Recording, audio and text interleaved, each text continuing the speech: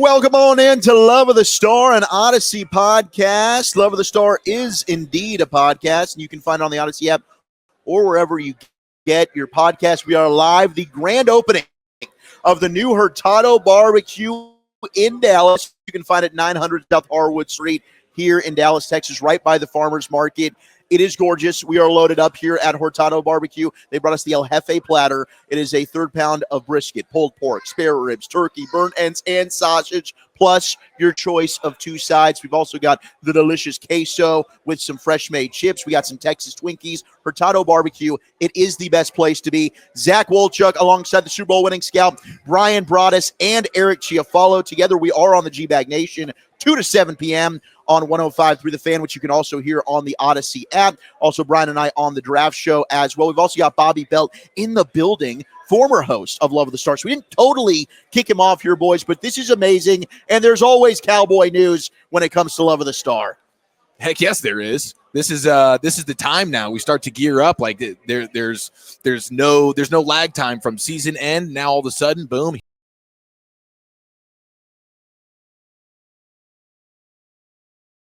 So, I mean, everything starts to really pick up right now. Yeah, it is. It's a really busy time, too, when you look at the new coaching staff finally in place. Yep. Scouts trying to get an understanding of what type of players. Are there players they're going to have to go back from their travels this year? There's some players that didn't fit maybe how this new coaching staff is going to say, hey, listen, need a long-armed end, need some size at 3 technique. Need a linebacker, a will linebacker, off-ball linebacker that can play this way.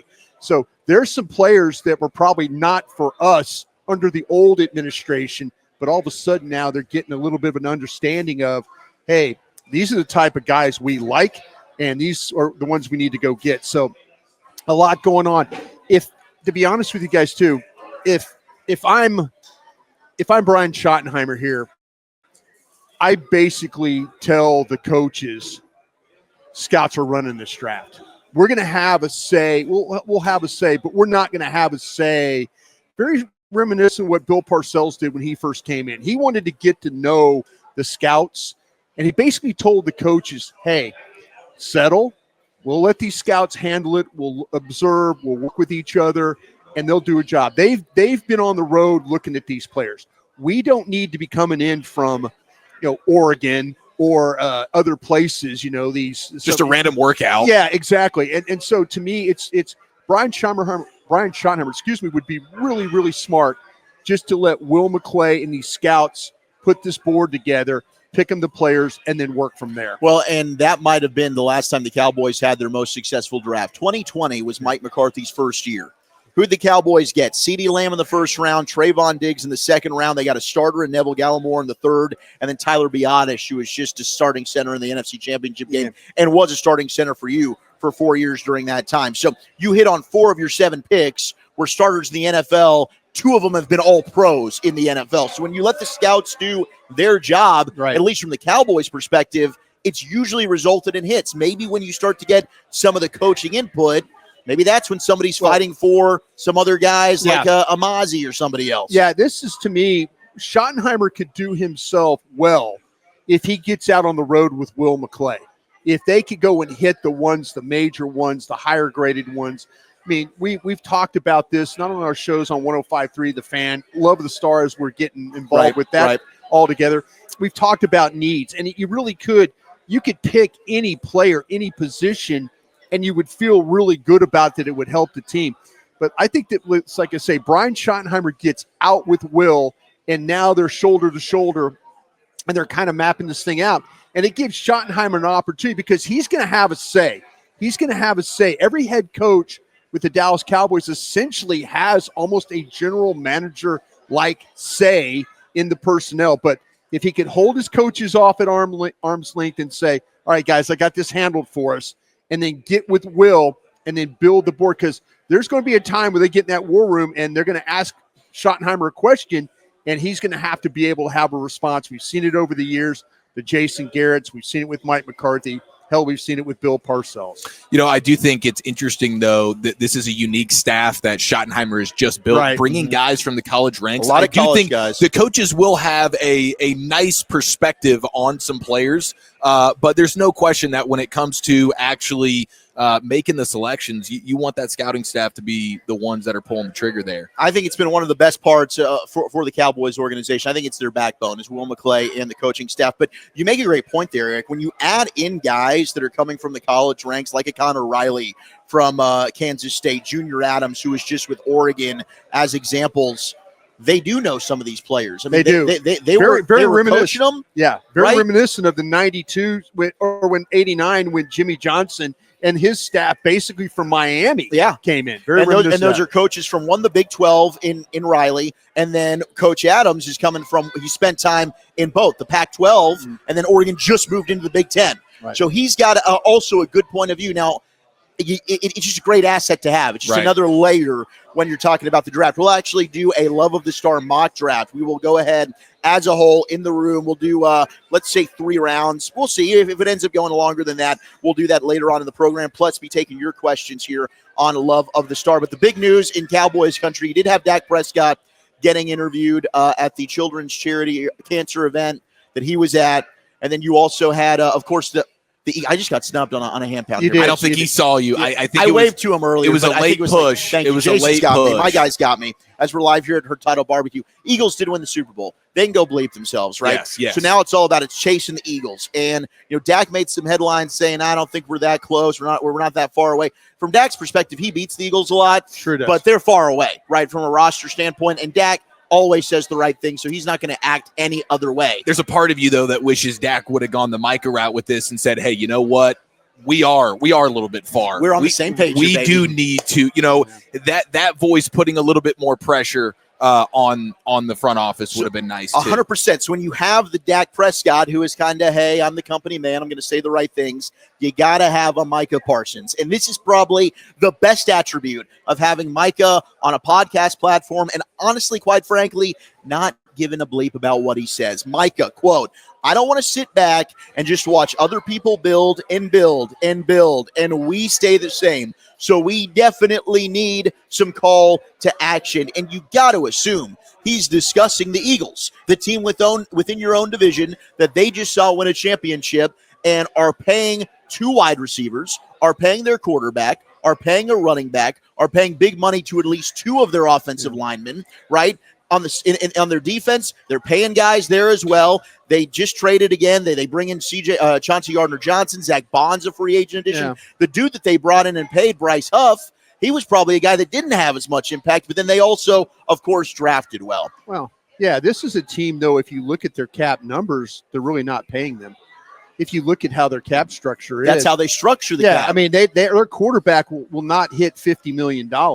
And you look at their offensive tackle, Lane Johnson, $17 million. I mean, everything is in with line, but it's not the top of the market for the position. It's the void years that they've used to push that money back. Yeah. So they're paying the guys, but they've done an excellent job of being creative. It's not like they're not paying their wide receivers $35 million. See, they've done a really good job of taking and keeping those cap numbers very, very, very low. Right. That's their creative way of that is their cap. Yeah, you're right. They're paying them, but they're not paying every single one of them $60 million, $35 million. They're not paying those guys that way. They've got the cap numbers really, really low, and that's why they're able to operate the way they have. So you got to give them a lot of credit. I think when we went through, if we'd have gone through in June and talked about comparing the 2 teams, I think we'd have been able to say, okay, that's a wash. They're better here. You're better here. I don't think you could do that anymore. I don't think you can, because what they've had happen is their down linemen, their defensive tackles, all those guys that they drafted, Smith and Davis and those guys, Williams, all those guys have played at a different level. Their game's all elevated. Where you were hoping that Tolbert's game would elevate, it hasn't. But see, they picked a lot of high draft picks that were kind of like good players. These guys have become great players. And see, that's, I think, the biggest difference. They drafted the 2 kids in the secondary. Their secondary was bad. There's a lot of things about the Eagles where you could go right now, compare their roster. And this is why I appreciate it. And I think Micah during the season was very much, hey, get on board. Mm-hmm. We're a good team. Get on board. And then when it came down to the end, you're not a good team. And he said, you know what? I'm not going to double down on that. Mm-hmm. I doubled down on that in November and December. And it's no longer a something that you just think about now. You just don't. And he's kind of looking at like, okay, you got me. I tried to tell you, hey, we're going to be good, and we're really not. And whereas Dak is kind of looking at it, and we all remember what Dak said in Atlanta and the sidelines. We suck. I think it was we bleeping suck. Yeah. So you kind of got an idea. Dak is always going to be the positive guy. Yes, has Dak done a great job against the NFC East?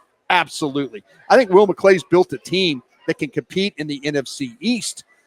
He doesn't have a team that can compete for a conference championship right now. That has to change before anything with the Cowboys if they want to even think about getting to a championship game or a Super they've Bowl. won in the East, but they've also won against what was bad teams at the time. This division's getting much better. Yeah, you're not this team when you talk about with Jane Daniels, and I've said this, and I really believe this with all my heart. This is the worst Commander team that Jaden Daniels is going to quarterback for. No doubt. And that team got to the NFC Championship game. They've got cap space, they got draft picks, they've got a GM from the 49ers that's super aggressive, and they've got a coach that for somehow, some way, he's able to bring everybody together to play at a very, very high level. Well, and they're going to have a bunch of continuity. I don't think really any of their coaches got picked off. Poached, right? Poached. No, Cliff turned down the Saints job. Yeah. He said, I wanted to stay. Yeah. They've still got their defensive coordinators. I mean, all their coaches are still – I think position coaches. Bryan Anthony Johnson Lynn might have left from that staff to take an OC job. But I think that's basically it. Their big coordinators are all there. Yeah, so the continuity is going to be through the roof. You have to expect them to take another step, and that's going to be, like you said, that's going to be an aggressive front office. Now you have, what the Eagles are with an aggressive front office. You have to come to play this way. Yeah. You can't just live and die with the draft. Well, and you're in a situation, too, with the Giants. Watch what the Giants do. You got a general manager there that's on his last legs. Right. He's got 1 foot in the parking lot. The U-Haul's over there off and running. If he F's this thing up for the Giants and is super aggressive and it goes the wrong way, that's somebody else's problem. So I expect the Giants to be a team that's going to try. Now, maybe the Tisch family, the Mara family is going to say, whoa, wait, we're not doing that. We're not doing that. But if they let this GM have his way, he can either make this thing to save his job or he's going to train wreck this thing. But it'll be somebody else's problem if he train wrecks this thing. But the Cowboys just can't sit status quo and think, oh, hey, we're going to draft, we're going to sign a few free agents, do college free agency, and everything's going to be all right. And it can't just be we're re-signing our own guys and that's our free agency. Yeah. Because re-signing your own guys is fine, but that's remaining the same. What are you doing to improve your football They've had team? more problems with that. The guys that they've given second contracts to has been kind of an issue for this football They've gotten team. hurt, and they have not performed to the level of Absolutely. that contract. Yep. 100% Yep. Here on Love of the Star, live from Hurtado BBQ in Dallas, their new location, grand opening. Get on out here and check it out. The other order of business, we did hear Jason Witten said he never talked to Jerry Jones about being part of the coaching staff. He might eventually look to do that. We did get news, his son's a junior in high school. Mm-hmm. Maybe 2 years after the son graduates, maybe he looks harder at moving on to the college ranks. Could that be with his modern Tennessee? Could that be in the NFL with the Cowboys? But while Darren Woodson, the biggest Hall of Fame snub this past 2026 first year for Jason Witten, as he will be eligible along with Drew Brees, Larry Fitzgerald, Phillip Rivers, Dez Bryant, Thomas Davis, the linebacker of the Panthers. You got Julian Edelman, a playoff and Super Bowl hero. Phillip Rivers, also a first ballot. Already got that question as do we think Witten goes in first ballot? I think Witten is a Hall of Famer. But Brees is getting in. Fitzgerald's getting in. I think they're the two locks to get in first ballot. And then you'll also have the other guys that come back as finalists that didn't get in last year. I don't think Witten gets in as the class of 2026. I think he has to wait at least a year. I tend to agree with you on that, Wolchuk. I don't know that he's going to be – I mean, getting in first ballot is a huge challenge. We saw with DeMarcus special Ware. criteria. Yeah, absolutely. And, I mean, to me, if you're just going Witten Ware, I'd lean Ware. Yeah. And even he wasn't able to get in. Yeah. So, yeah, I think it's far-fetched for him to get first ballot. No, Jason Witten's getting in first ballot. Him and Larry Fitzgerald. Oh, wow. Him and Larry Fitzgerald. You look at all-time leading receivers in NFL history. Jason Witten is just behind Tony Gonzalez. You got Jerry Rice, Larry Fitzgerald, Tony Gonzalez, Jason Witten, Marvin Harrison. Harrison is is a Hall of Famer. Gonzalez is a Hall of Famer. Rice is a Hall of Famer. Chris Carter at number 6 is a Hall of Famer. Took him forever, though. Tim Brown's a Hall of Famer at 7. Terrell Owens is 8. Ballot. I'm just saying, Jason Witten is going to be a first ballot Hall of Famer. No doubt about it in my mind. I admire that confidence. I love Brisket it, dude. Sandoz. We got a bet here. I don't think he will be. Oh, he is. He is. You say he will be. He's and Eric says no. He's absolutely in the same classification as a Tony Gonzalez. Okay. Well, some would call him a compiler. I think that the big difference. I mean, how long did it take Antonio Gates? How long was that? Oh, but Gates, well down the list. Yeah, he is. If you're looking at yards, not touchdowns. There is no comparison between Gates and Jason Witten for Hall of Fame, in my opinion. I mean, you're talking about a 74 touchdown career for Jason Witten, 116 touchdown career for Antonio Gates. Gates waited a year. 1 year. It took a year for Gates. Okay, well, I think it only took a year for Witten. I mean, only taking 1 year for Gates. And the problem is because it's not just Fitzgerald; it's also Drew Brees. How many first ballot Hall of Famers do you have? Because Brees is in, and Fitz is in. They're going to have 3. And so is Witt. They're going to have 3. According to Bryan Broaddus. Hey, I love that. From a Cowboys lens, I love it. I hope it happens, but I respectfully disagree. Hurtado Brisket Sandoz is the bet. We'll be back for Glove of the Star next year, and we'll rehash that conversation. But we do got to do some questions. The Dean Julia mailbag, baby. You are listening to the Love of the Star podcast. The Love of the Star is an Audacy podcast, and you can find it on the Audacy app wherever you get your podcasts. All right, ladies and gentlemen, let's dive into the mailbag. Cowboys questions, Broaddus and Wolchuk. I'm going to tee you guys up for some of our listeners' questions here. We'll start with our guy, Brandon, at @1stop_Cowboys on Twitter. He says Osa is a good player. Mm-hmm. How can Dallas fall into the trap again, though, of paying their own after a good year and paying him $20 million or so? He calls it too much. Those are the projections right now for Osa to get in the neighborhood of $20 million per year. Broaddus, we'll start with you. Don't see it happening. I really don't see it happening at all. I think that they did you look at Osa Odighizuwa's career, and I thought of him as a college player. You know, college players do.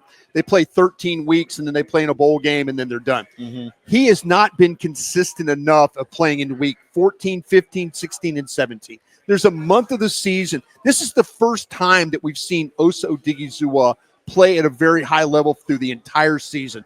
I can't justify paying him, Eric, $20 million when I know in this draft it's deep at 1 technique and 3 technique defensive tackles. Can't do it this time around. Love it.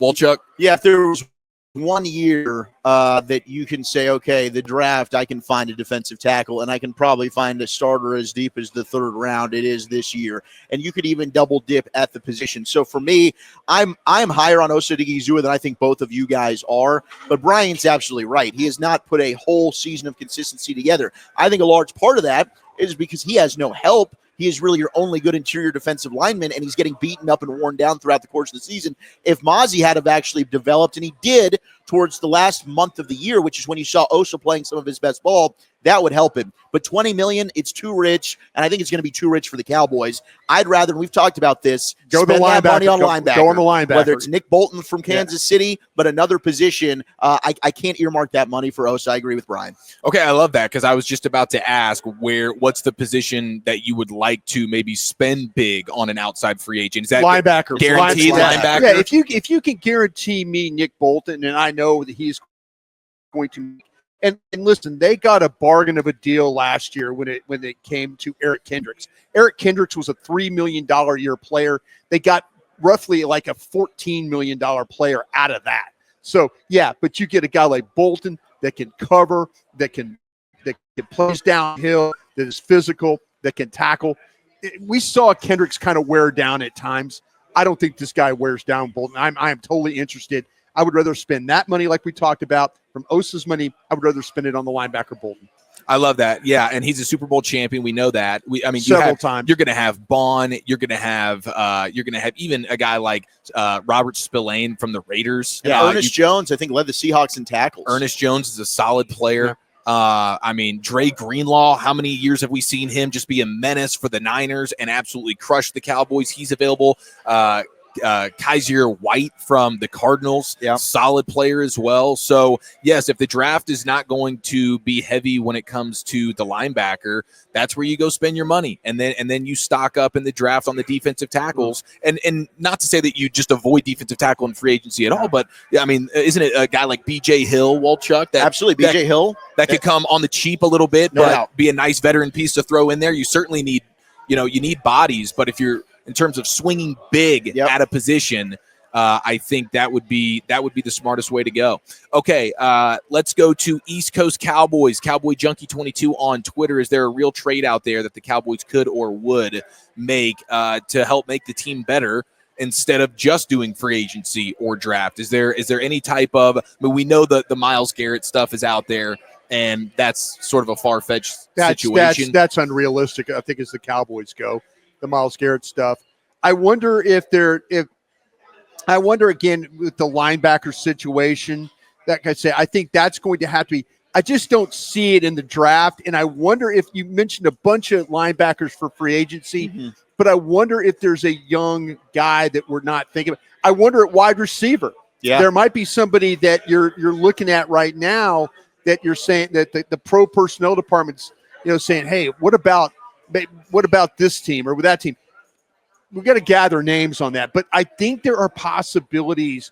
If you're the Cowboys, though, without that 4, that's a little bit of a problem for you right now. You got multiple 5s that are compensatories and stuff like that.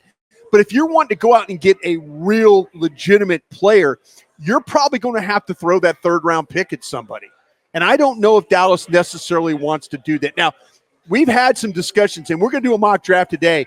I guarantee you there's going to be some talk about who do you want to take in that at that 3rd-round pick. Sure. And is it going to make you feel good enough not to use it, to move it, to go get somebody else? But you can't sit there and just throw somebody a 5th and expect to get the quality that you probably going to need.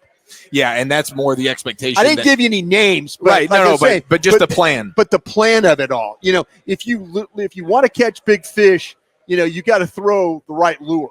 And throwing 5th-round selections at people, it doesn't really pull them into the fight. But if you throw a 3rd round, and we've seen Dallas, look what Carolina did when you offered them that 4th-round pick. They immediately, let's go. Thanks. Let's party. go. Yeah. So you overpaid probably. Yeah, I agree. I'm looking at some of the free agent wide receivers, like is a Mike Williams. That's a true X. Is he a guy that ends up 1-year deal? Could you get him relatively cheap on a prove it type of year? Tyler Boyd, I don't know how much he's going to line up on the outside for you. But you got some of the veteran dudes like Keenan Allen's, DeAndre Hopkins, Hollywood Brown's a free agent again. I know everyone wants to link Stephon Diggs because of the brother relationship. He's also. I don't know if that's a good thing for the Cowboys to go get the Diggs brothers. I've got concern there too. And pair them together. I just don't have a great feeling about that. And I don't see the Cowboys spending money on a T. Higgins. I'd love them to be in on the Myles Garrett deal. I'd trade them pick 12 for Myles Garrett. There's not a player that I'm going to get that's better than him. They've got to be willing to also pay him, which is why we say the Cowboys won't do that. But I wish they would. Like, who's second favorite right now? I've done some odds to get him. It's the Eagles, because that's the kind of crap that the Eagles do. Well, let's make a strength a strength. Okay, you're talking about the edge, but we don't talk about it as a position of need, do we? I'm not sitting there trying. I'm not sitting there trying to say, oh, I wouldn't get Myles Garrett. That's stupid. Yeah, absolutely would get Myles Garrett. But when we start to talk about the Dallas Cowboys, we don't talk about edge. We're like, okay, well, they've got, Micah plays edge. They drafted Nealon. But you got a Williams coming off an ACL. Yeah, but that's what I'm saying. Who else? We don't talk about it. I mean, you're going to lose Golston. I think. Yeah, I think so too. You're going to lose some guys. Lawson, do you bring Carl Lawson back? I tell you what, though, Carl Lawson did not play terribly for you. Did not play terrible. Boy, these are beautiful ads. Thank you so much. 8-beer coming in clutch. Troy Our guy Aikman. Joel bringing us over some 8-beer. We appreciate you, Thank my you, man. guy. Appreciate No it. shortcuts. No DJ's a little excuses. upset about the lack of beer his way, but that's okay. Yeah, he'll take an 8-beer. Shout He out to will. 8-beer. Shout out Hurtado. We absolutely love it here on Love of the Star. But I would. Here's where Myles Garrett would also help you, because you're absolutely right. We don't talk about edge, although we should. He's helping you inside. Myles Garrett can kick inside and play some defensive tackle for you if you need to. The versatility he can play up and down the line of scrimmage. And just think of having two of the three best defensive players in football, in my opinion. It's at least two of the five, right? I mean, is it to me, it's Garrett, it's Micah, it's Watt. Crosby's probably in that conversation now, but that's it. I mean, those guys are on a tier, and then it's everyone else. Yeah, it would be special if the Cowboys went and did that. I do think a team like the Eagles or the Commanders, there's a real chance. I think the Commanders are in on this one. They might swing for him and T. Higgins. Yeah. I could see it. Yeah. Okay, let's go back mailbag time here. Steve _Allen11 on Twitter. He says there's been a lot of talk about the offensive line and the run game now with bringing in Adams and Riley to the coaching staff. Wondering if you guys think that Awesome Richards could be a legit starter at left tackle. I do. I think Richards, to me, when he played, man, you guys are just S-cannon that. Oh, no. You're just Don't spin this around. No. You were just S-cannon this thing. No. You have been down on Guyton more so than I have, but I did think Awesome Richards played better than Guyton did in his opportunities. So I think let's compete. Let's battle, right? Let's go ahead and have Awesome Richards and Tyler Guyton compete for left tackle. Nothing is given. It's got to be earned. And maybe that's when you start to get, hey, shout out LeBron. I was drafted in the first round. You don't think he could turn things around? You don't think he could turn things around? I think he absolutely could. But what's been the issue with Guyton? Maturity, learning how to be a pro. But that's what I'm saying, right? though. If Prove to me you can be a pro. Okay, but you're immediately going like Awesome Richards is our guy. I'm saying they should compete. And I think Awesome Richards is capable of winning that job. Yeah. And if he does, then okay, what are we doing? Let Guyton and Steele compete at right tackle. I think that's the best way. Competition, iron sharpens iron. That's what they always say to us at training camp. Prove it to me. Yeah. I'm all for the competition part of it, but it very much sounds like you're just kind of S-cannon this kid. No, because I think you're S-cannon the kid. No, I'm not. Now you're projecting the S-can on me, Bryan. No. You're S-cannon because you're immediately telling me that Awesome Richards, like as soon as Eric asked the question, you lit up like a Christmas tree. Because I like Awesome Richards, and I don't think enough people talk about Awesome Richards as an option. Because how many times have we asked about first-round offensive linemen? And we don't like any of these tackles. We like a lot of the guards or maybe the tackles that can play guard. We're a little confused about the tackles and really are they tackles, right. True tackles. Like Banks could end up being really good. Campbell could end up being really good. Yeah. But, I mean, I'd rather, you got a guy on the roster that you also drafted. Right. Can you develop it into year 3? I think a worst-case scenario, he's your swing tackle. Yeah. Is it fair to say we're optimistic about improvement across the board on the offensive line with some of these youngsters with the addition of Adams and Riley? Thomas, we haven't even talked about Thomas, who they drafted from Nate Lafayette. Thomas, yeah. I mean, we'll see what the year off of what he did. Did he work on foot quickness? Did he work on his strength? Is he going to be one of these guys that all of a sudden they could kind of plug him in and he, like Zach's asking, could he compete? I just want some competition. Let's play our best 5, baby. Well, you got to replace a Hall of Famer. Yeah, and Zach Martin at right guard. How are we doing that? Okay, how sick are you going to be if Zach Martin goes on and plays for somebody else and plays at a high level? Oh, it would be super sick. That would suck. It would suck, but honestly, with just how the Cowboys are right now, I'd be like, dude, go get yourself a ring. Yeah. Like, go sign with the Bills or the Chiefs or, I mean, please don't ever get out of the division. Eagles. Yeah. But, like, if he goes to the DeMarcus Ware route, wins a championship in Denver, not a team that I have any negative hate for. Yeah. You know what, dude? I want the best for him, and I don't think he's winning a championship here. Yeah. Well, I'm just trying to figure out how we're replacing. So here's the idea that I love, and Bryan, you threw this at me about North Dakota State's Gray Zabel in the draft. Well, now let's be fair. They used him in the Senior Bowl as a center. He played some center and guard, and I'm like, well, Gray Zabel is one of my favorite linemen in the draft. Period, and he played left tackle, right tackle, and guard. during his time at North Dakota State. So he's shown position flex. He's mean. He's nasty. He's super smart. He was an honor roll guy all the way through his collegiate career. So I asked our buddy Dane Brugler. Yeah. I mean, heck, the draft Bible, right? The beast. Right. Oh, yeah. It's like, what do you think? Zabel, center? He said, I think he might be the best center in the draft. Well, it's a very, very, and not, just Dane, Poo-poo on Zabel here. No, we haven't seen the same center. Have you seen a center? No. Have you seen a center? I mean, last year you were telling me about Cooper Beebe, and you're telling me about Barton from Duke, and you're like, oh my God, Zach Frazier, West Virginia. Yeah, you're like, have you watched this Barton kid play? My God, he's the best. And then he got taken, and you were like all mad, and you're like, oh my God, what happened? We traded away from him, Bryan. I was heartbroken. Yeah. But that's what I'm saying. We have not seen that kind of depth. There's a couple of guys. Bow from Purdue is a guy I think a little bit undersized. I think he could play some center. See, that'd be a Barton type of move. You go left tackle to center. I like that idea. I do. But if you took Zabel and you have an idea of, okay, I can play him at center now, and I can now move Cooper Beebe over to right guard, where I think Cooper Beebe can be an all-pro guard. Bro, you just fought for him as a center. He had to play center. He was our best option. Yeah, but if Hoffman could have played center. He was better than Hoffman, and we both know that. He beat Hoffman out. You got to play your best guys. But if I'm drafting a guy that could be a better center, and I can put Cooper Beebe back to his natural spot at guard with his college coach. Just wasted a year of Cooper Beebe playing center. He played where he had to play. Yeah. Cooper BBQ, that's my guy, live from Hurtado BBQ. It's the Love of the Star podcast. Final question from Al Costa 37 on Twitter. Al Costa. Do you think Jerry Jones would really trade Micah, or is this NFL report about Cowboys internal discussions just another way to get people talking? This has been going on for a year now. There's been some talk about Micah Parsons and not aligning to things going on, very similar to what we're hearing with Luka Doncic with the Dallas Mavericks. Very similar. Like, listen. Mike Zimmer comes in as a new defensive coordinator. Where's here we are. Where's he's sumo wrestling, right? With CJ Stroud? Micah Parsons is trying to throw a 320-pound man out of the arena.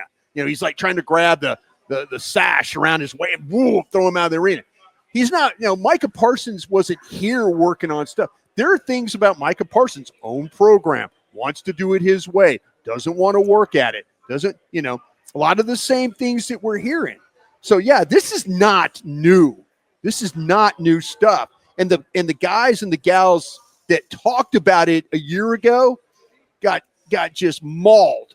Like, oh God, you're not going to trade Mike. You're going to trade your best player. Now everybody's like, I'd trade him. You can get a couple of ones, sure. Why not? Everybody's just lining up to do this now. But this is legitimate conversation. So. Hey, I think that as long as they're talking about stuff like that, will they do it? Probably not. Will they talk about it? Yeah, you got to do it. You got to do it. It takes somebody to call. What if somebody calls and says, hey, listen, we'll take Micah Parsons off your hands, and this is what it cost you. Okay, here we go. That's what needs to be done if they're going to do this. Yeah, if you want to really rebuild this thing, I think that'd be the way to go. I don't believe they would ever do it. I don't think Jerry or Steven would ever trade a premium star like that. But 100%, I'm sure they've had conversations. Any team should have those conversations, or what the hell are you doing? But no, just like I wish the Cowboys would trade for a Myles Garrett, they won't. They're also not going to trade a Micah Parsons. Thanks so much for the mailbag questions, and we look forward to getting back to those really every episode. So we always appreciate it. Thank you so much. You're listening to the Love of the Star podcast. Love of the Star is an Audacy podcast, and you can find it wherever you get your podcast. Wolchuk, it's time to go drafting, my friend. All right, let's do this. I've got the mock draft simulator. I'm using PFF, Pro Football Focus, and we'll try and do as many rounds as we can here as we're partying live at Hurtado BBQ in Dallas, their grand opening to their new location. Come on out here. It's delicious. We've also got some wonderful 8 beer that we've been sipping on as well. Good Zach beer. Wolchuk, Brian Broaddus, Eric Giafalo. Okay, guys, so the Cowboys are on the clock here, 12th overall. Let me give you a little rundown on what's happened.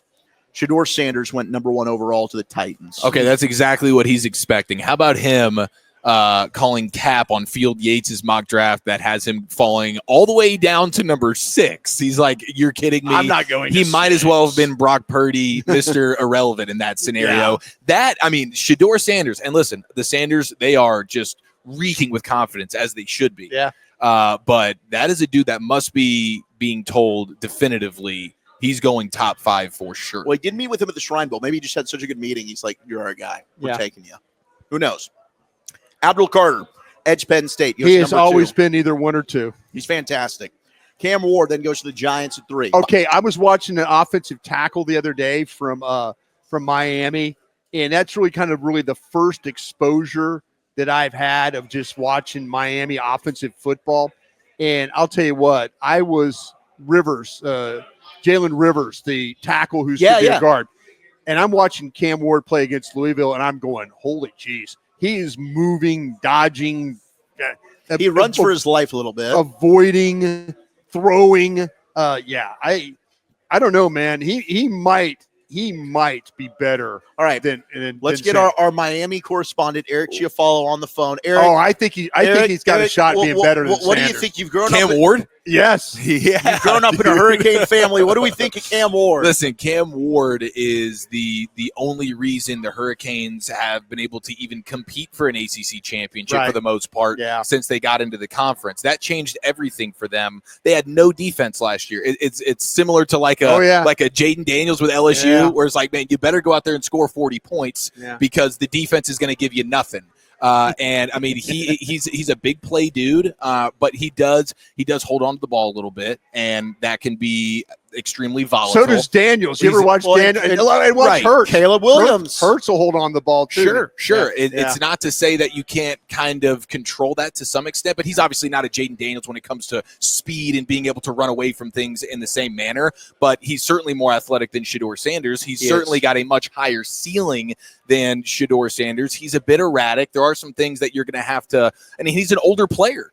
It's not like he is. But that's worked for a lot of these quarterbacks. We've talked about that in the last few years. That guy in San Francisco. The more you play, right? Because we've seen that also hurt guys that haven't played. Like Sam Darnold didn't play a ton. Mark Sanchez, like those USC kids. A lot of them were kind of like one or done, or like 2 years we start and then we're out of here.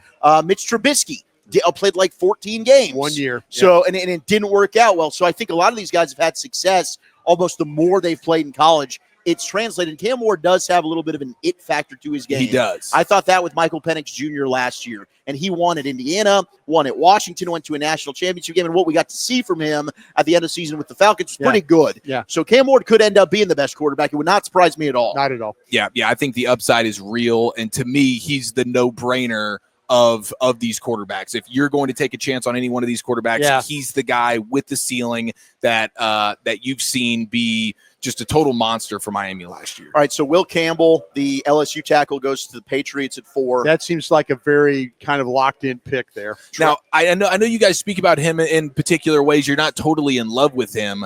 When I hear some of like a Dane Brugler talk about the cerebral nature. Oh, no, there's super smart. This dude if you listen to him talk, you're going to fall in love with him. He's just a football 24/7, 365. He's got like that southern Louisiana accent. It seemed like he's a lovable guy. He was doing the line of scrimmage things, like taking stuff off of Nussmeier's plate at the line. And I think there's something to be extremely respected. Is that a center? Can we get him in center? Yeah. Hey, with this new Cowboys offensive line coach, I think everything's up for grabs. All bets are.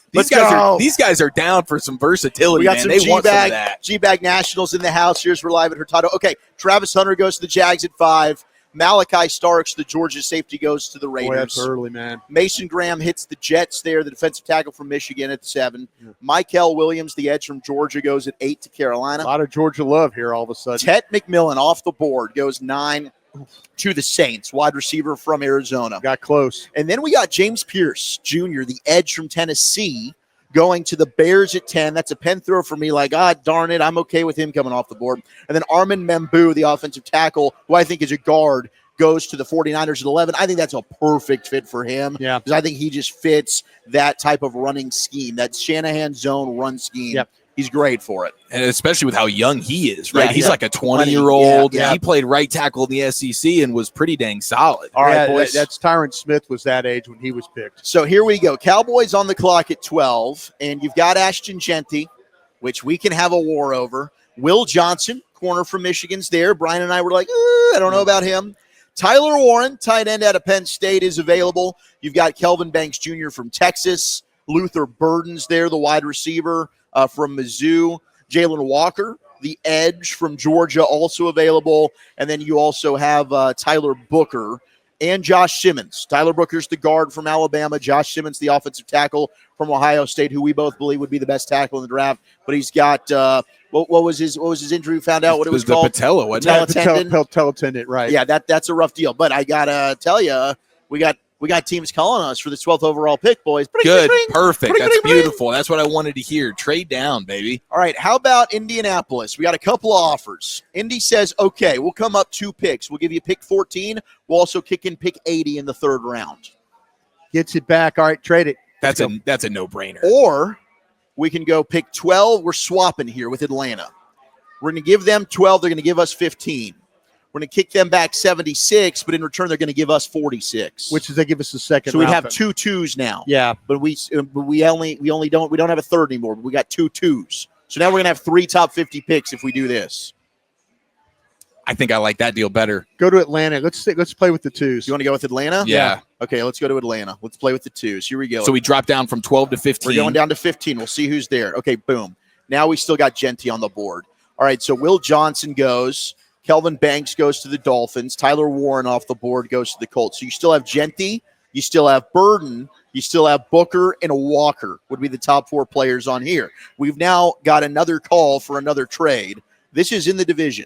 Do you want to drop back all the way to pick 29?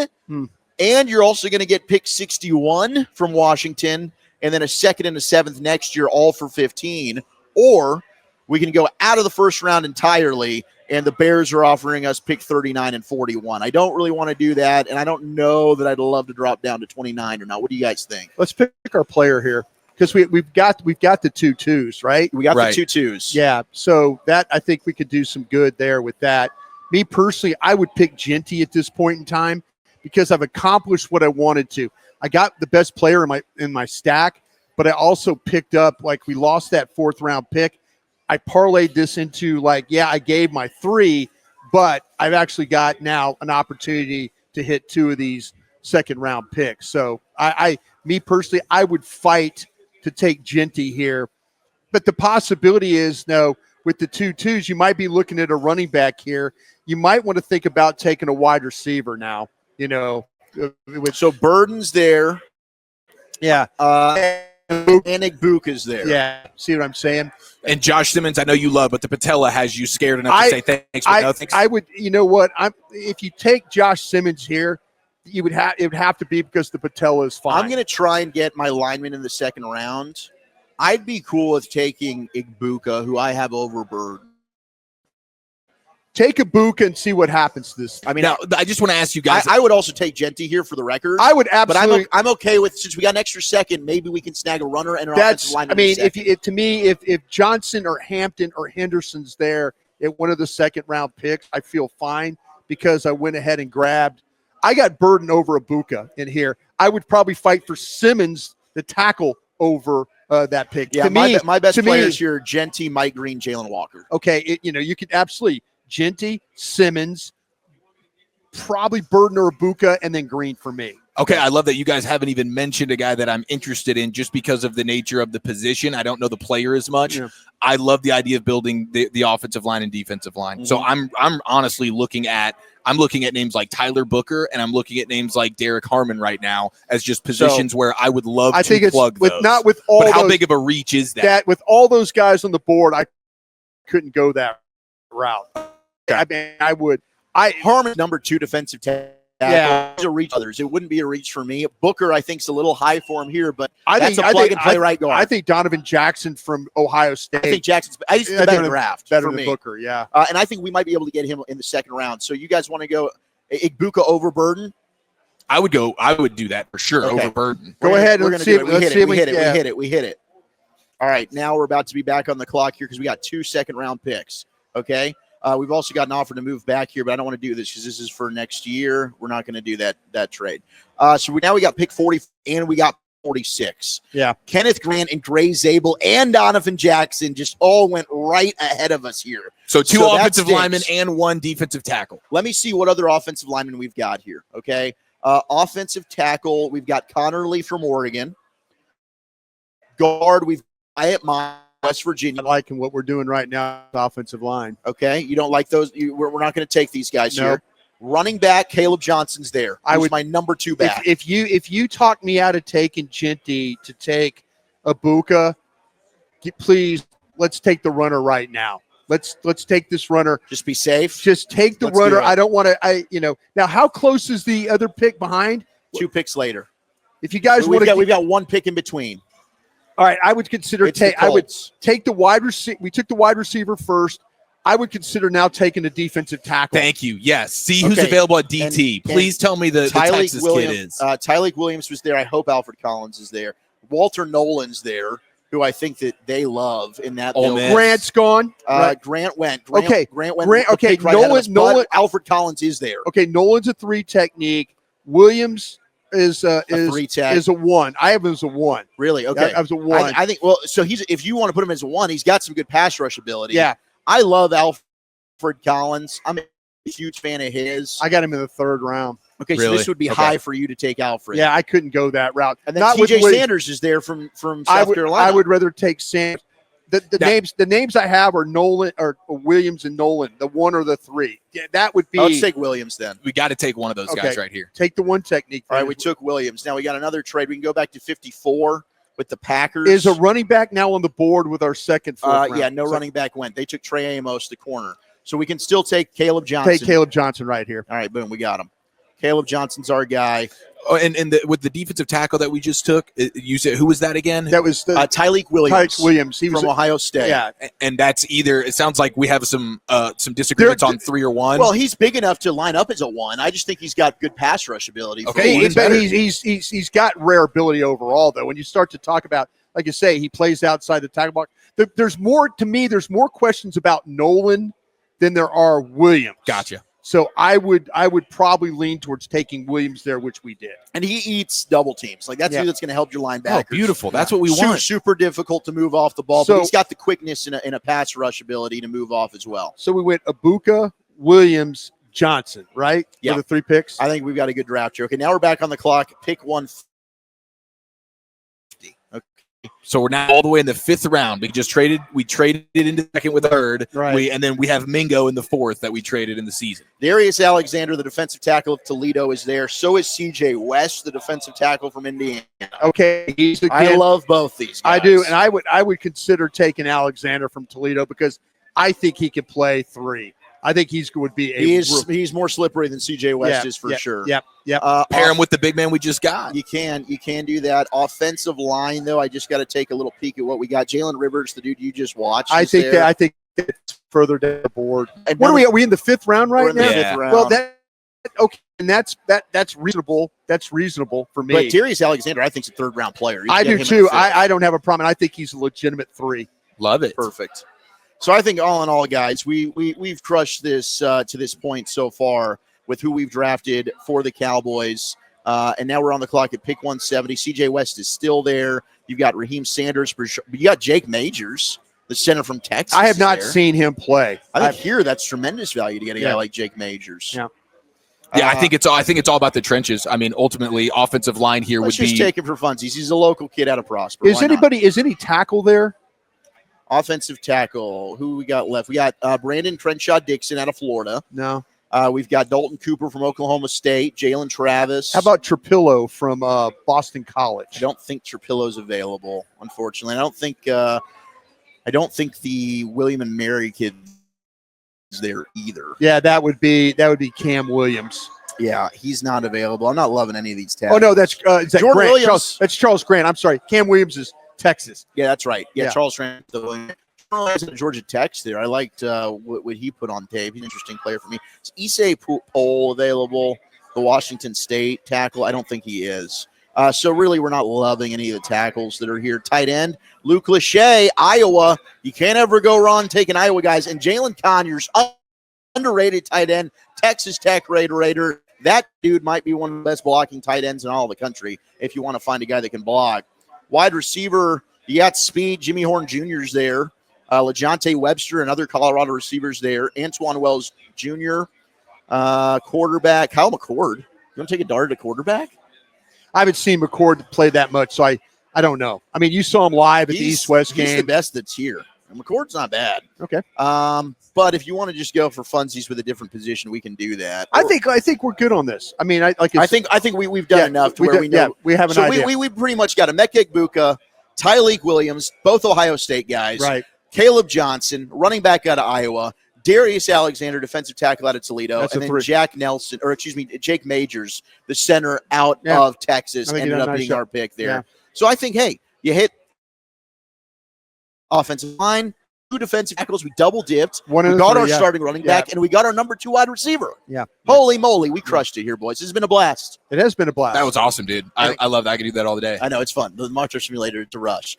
Thank you so much, everybody who's joined us here at Hurtado, their grand opening in Dallas. Love of the Star will be with you. Tell your friends about it. Please like, please subscribe. You've been listening to the Love of the Star podcast. Love of the Star is an Audacy podcast. You can find it on the Audacy app or wherever you get your podcast. On behalf of Bryan Broaddus, Eric Chiafalo, I'm Zach Wolchuk. Until next time, I Love of the Star. Hugs and hand pounds, everybody.